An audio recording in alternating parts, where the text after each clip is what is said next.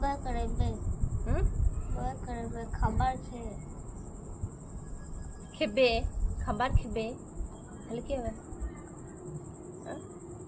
খাবার খেয়ে খেয়ে বানালি খেয়ে তো তারপর কি হবে অন্তস্থ ইয়ে কার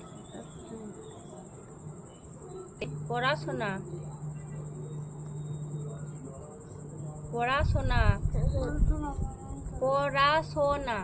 পড়া পড়াশোনা का পড়া আঁকা দে ওটা আঁকা দে